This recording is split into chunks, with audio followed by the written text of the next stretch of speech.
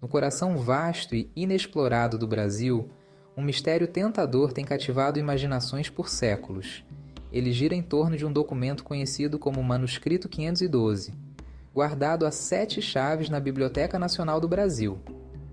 Este texto enigmático, escrito em 1753, conta que havia uma cidade perdida de riqueza inimaginável, escondida nas profundezas da floresta amazônica. A mera possibilidade de tal descoberta, com sua promessa de ouro e glória e significado histórico, desencadeou inúmeras expedições e alimentou especulações intermináveis. O fascínio do manuscrito reside não apenas nas possíveis riquezas que ele descreve, mas também no mistério que ronda sua autenticidade.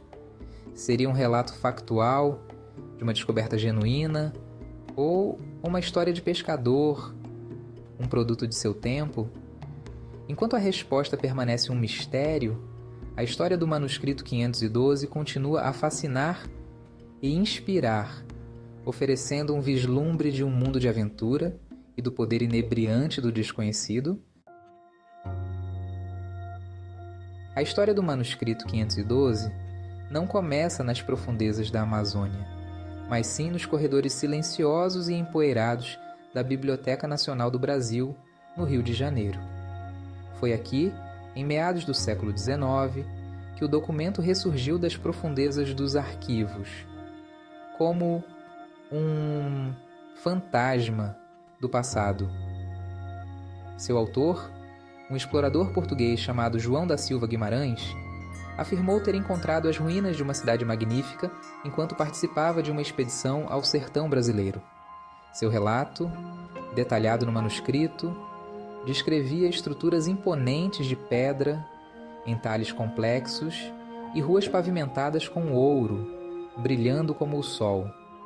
O relato de Guimarães rapidamente chamou a atenção de estudiosos e aventureiros, como um tesouro recém-descoberto. A própria ideia de uma civilização perdida, esquecida pelo tempo, existindo na vastidão da Amazônia, era emocionante e plausível. A floresta tropical, com sua densa copa e terreno desafiador, guardava inúmeros segredos, e a possibilidade de uma civilização pré-colombiana, como os povos indígenas, permanecer escondida em suas profundezas não era totalmente improvável.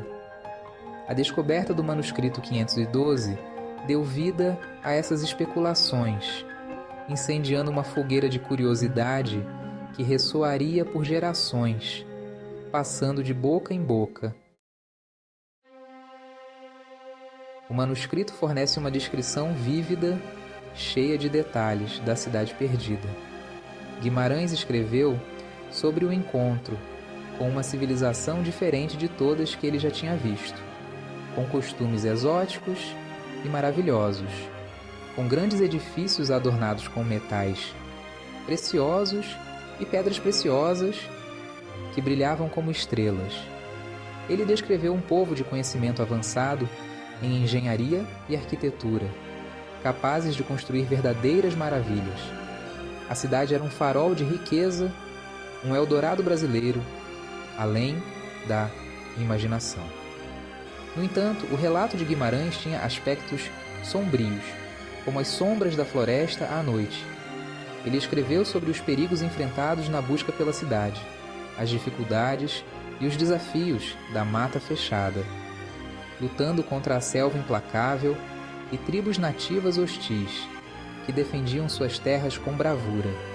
Insinuou maldições antigas e forças sobrenaturais, como os mitos e lendas do folclore brasileiro, protegendo os tesouros, adicionando um elemento sobrenatural à história, como um conto de terror.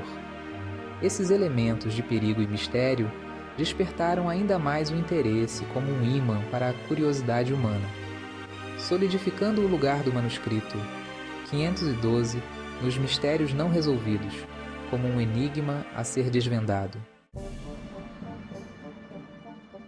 Apesar das inúmeras expedições, de bandeirantes a aventureiros modernos, evidências concretas da cidade perdida de Guimarães permanecem indefinidas. A Amazônia, como uma esfinge enigmática, guardou seus segredos de perto. Expedições dos séculos XIX e XX retornaram de mãos vazias ou com descobertas inconclusivas, como um quebra-cabeça incompleto. O denso crescimento da selva, implacável e verdejante, obscureceu os vestígios da cidade, como se a natureza estivesse escondendo seus tesouros.